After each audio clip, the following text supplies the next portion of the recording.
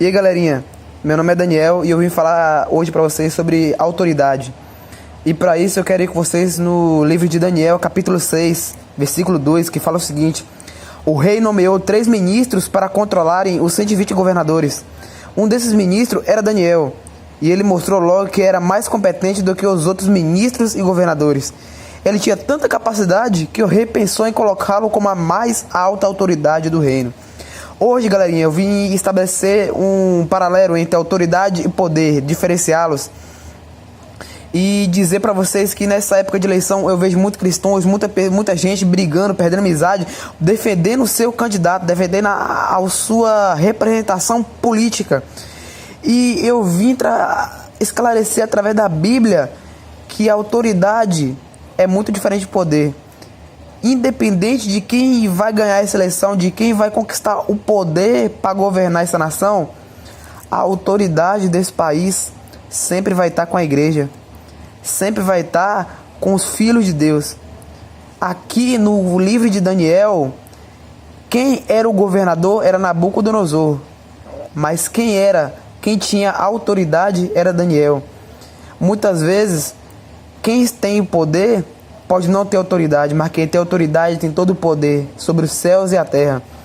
E por isso eu vim incentivar vocês a parar de se preocupar tanto com o governador, com quem vai estar o poder. Só se preocupa quem está no poder, quem perdeu a autoridade. Não se esqueçam, você tem autoridade sobre esse país. Deus nos deu a palavra da verdade, a palavra que liberta. Então, se você for liberto, você vai libertar pessoas. Então para de se preocupar quem vai estar no poder, porque a autoridade do Brasil está em tuas mãos. A autoridade, irmãos, a autoridade não é para você exercer em cima de alguém, você é o rei de uma pessoa, você é o dono de uma pessoa. Quando a Bíblia fala sobre autoridade, ele está falando autoridade a favor das pessoas, não autoridade sobre as pessoas. Um governo que exerce autoridade sobre as pessoas acaba se transformando num governo desestruturado. Mas um governo que exerce autoridade a favor das pessoas gera um governo direcionado, posicionado, estruturado. Na sua casa, seu pai e sua mãe têm autoridade a favor de vocês.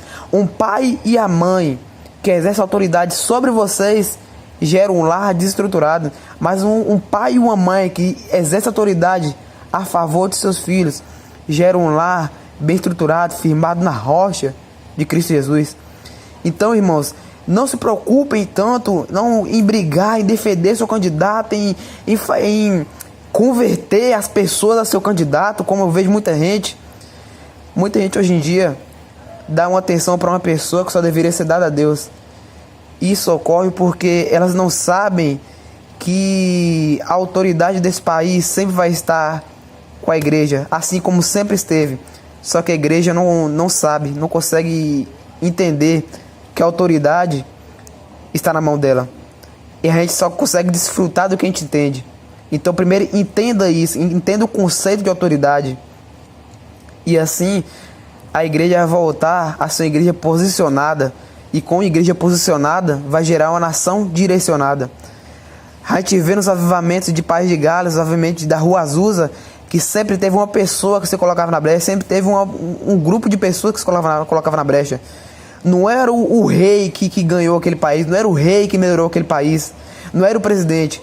Foi uma pessoa que se dispôs a se colocar na brecha por um propósito maior. Então, gente, entenda, a autoridade desse país está com a igreja.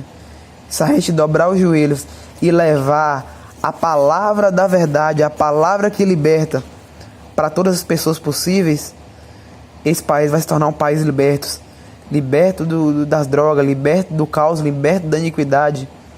Nunca deixe o governante achar que tem autoridade sobre esse país. O governante tem o poder, a autoridade está nas tuas mãos.